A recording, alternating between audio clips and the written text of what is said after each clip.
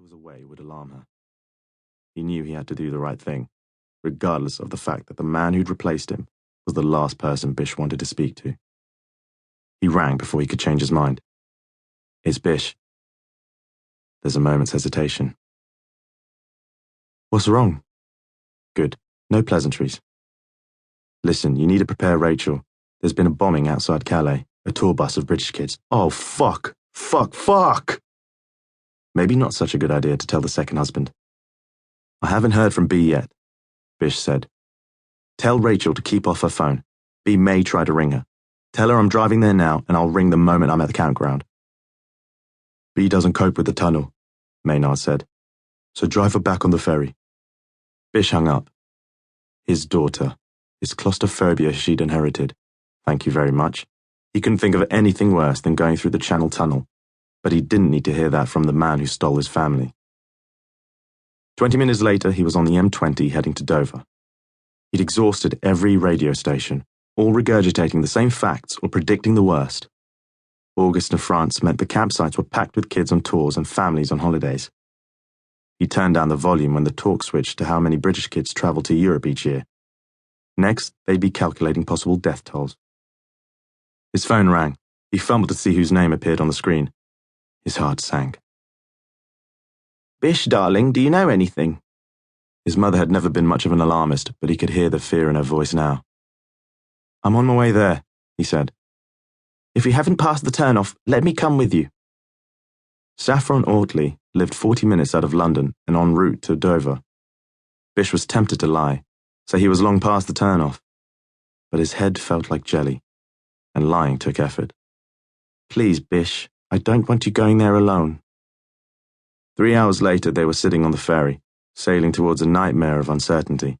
Saffron, though, had the look of cool practicality that came from years of being a diplomat's wife.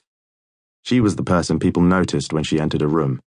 And now, in the ferry lounge, two elderly sisters on their way to visit a niece in Bruges asked her if she'd be a dear and get them a pot of tea.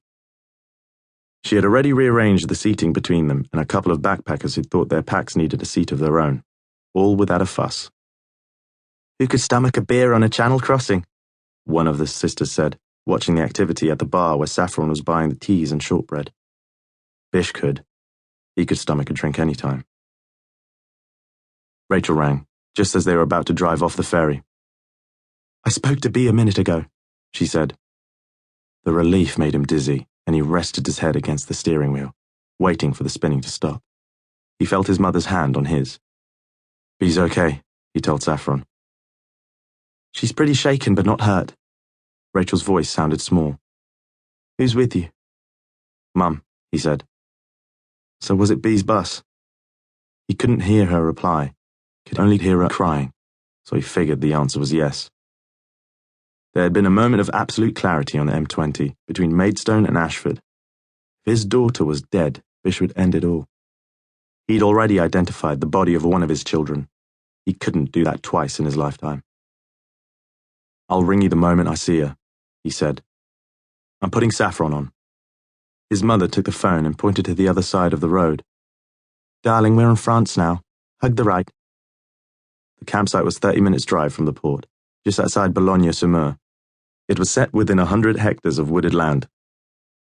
On an unheinous day, when a bus carrying teenagers hadn't been blown up and helicopters weren't hovering overhead, it would have been the perfect place for quietude. But with no CCTV and no eyewitness on every corner, Bish knew the investigation would be a painstaking one. Halfway down a gravel road that would barely allow the girth of a bus, it already looked like a single-file car park packed with press fans, police cars, paramedics, and desperate local parents. Bish pulled over, knowing it was futile to drive any further. Walking down the track, they could see a large crowd of journalists ahead. Arguments with the police were already breaking out. Cameras were held overhead in an attempt to catch a glimpse of anything. At the barricades, two young uniforms weren't letting anyone through. Bish grabbed his mother's hand and pushed through all the same, finding his way to the front. There must have been a different sort of desperation on both their faces, because one of the French uniforms gave them the time of day. Saffron spoke to them in French and managed to get a slight gesture from the younger of the pair. "Show him a photo of B, darling."